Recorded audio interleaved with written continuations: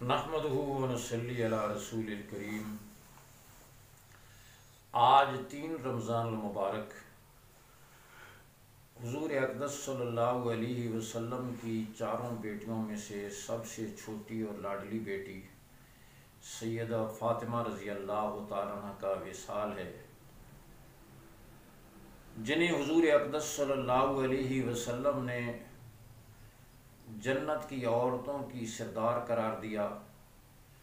جنہیں حضور اقدس صلی اللہ علیہ وسلم جن سے حضور صلی اللہ علیہ وسلم کو بے پناہ محبت تھی، اور آپ صلی اللہ علیہ وسلم نے فرمایا فاطمہ میرے جگر کا ٹکڑا ہیں۔ آپ صلی اللہ علیہ وسلم جب سفر پہ تشریف لے جاتے، سب سے آخر میں سیدہ فاطمہ سے ملاقات فرماتے، اور واپسی پر مسجد سے ہو کر آپ صلی اللہ علیہ وسلم سب سے پہلے سیدہ فاطمہ رضی اللہ تعالیٰ عنہ کے ہاں تشریف لے جاتے، اور پھر رحمت دو عالم صلی اللہ علیہ وسلم نے اپنی اس لخت جگر کی اس انداز میں تربیت فرمائی، اور وہ تربیت آج امت کی ساری خواتین کے لیے مشعل راہ ہے کہ سیدہ فاطمہ رضی اللہ تعالیٰ عنہ دوپہر کو ایک ہاتھ سے چکی پیس رہی ہوتی، دوسرے ہاتھ سے اپنے بچوں حسنین کو پنکھا چل رہی ہوتی، اور زبان سے سورہ یاسین کی تلاوت کر رہی ہوتی تھیں۔ گھر کا کام ہو رہا ہے، بچوں کی پرورش ہو رہی ہے، اور ساتھ آخرت کی تیاری ہو رہی ہے۔ سیدہ فاطمہ رضی اللہ تعالیٰ عنہ شرم و حیا کے اس مقام پر آج ترقی کے نام پر، ماڈرنزم کے نام پر میری بہن بیٹی کے سر سے دوپٹہ کھینچا جا رہا ہے۔ کبھی اس کے بالوں کو سورج کی کرنوں کے علاوہ کسی نے نہیں دیکھا تھا، آج اس کے بال بیوٹی پارلر پر رلتے پھر رہے ہیں۔ میری بہنوں اور بیٹیوں، آپ غور کرو کہ حضور اقدس صلی اللہ علیہ وسلم کی لخت جگر سیدہ فاطمہ رضی اللہ تعالیٰ عنہ حضرت علی رضی اللہ تعالیٰ عنہ سے فرماتی ہیں میرا انتقال ہو جائے تو میرا جنازہ رات کو لے کر چلو۔ حضرت علی فرمانے لگے دن کو کیوں نہ لے کر چلیں، زیادہ لوگ شریک ہو جائیں گے۔ سیدہ فاطمہ رضی اللہ تعالیٰ عنہ فرمانے لگی اس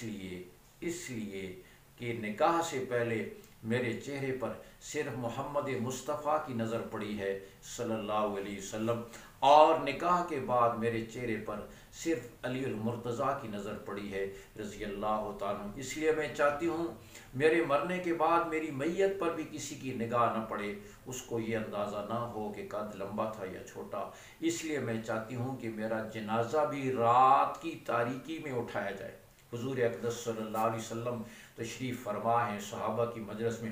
نبوت کا سراج منیر اپنے جان نثاروں کے جھرمٹ میں بات چل پڑی کہ عورت کی سب سے بڑی خوبی کیا ہے،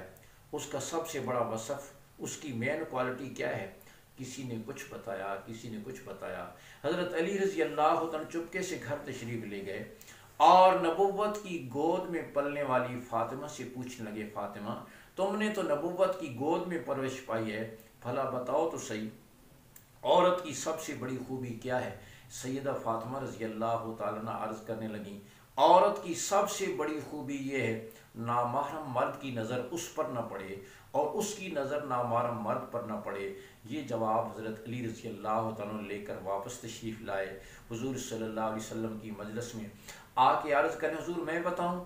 عورت کی سب سے بڑی خوبی کیا ہے؟ آپ نے فرمایا علی تم بتاؤ۔ حضرت علی رضی اللہ تعالیٰ فرمانے لگے عورت کی سب سے بڑی خوبی یہ ہے نامحرم مرد کی نظر اس پر نہ پڑے، اور اس کی نظر نامحرم مرد پر نہ پڑے۔ یہ جواب رحمت دو عالم صلی اللہ علیہ وسلم نے سنا تو آپ صلی اللہ علیہ وسلم فرط مسرت سے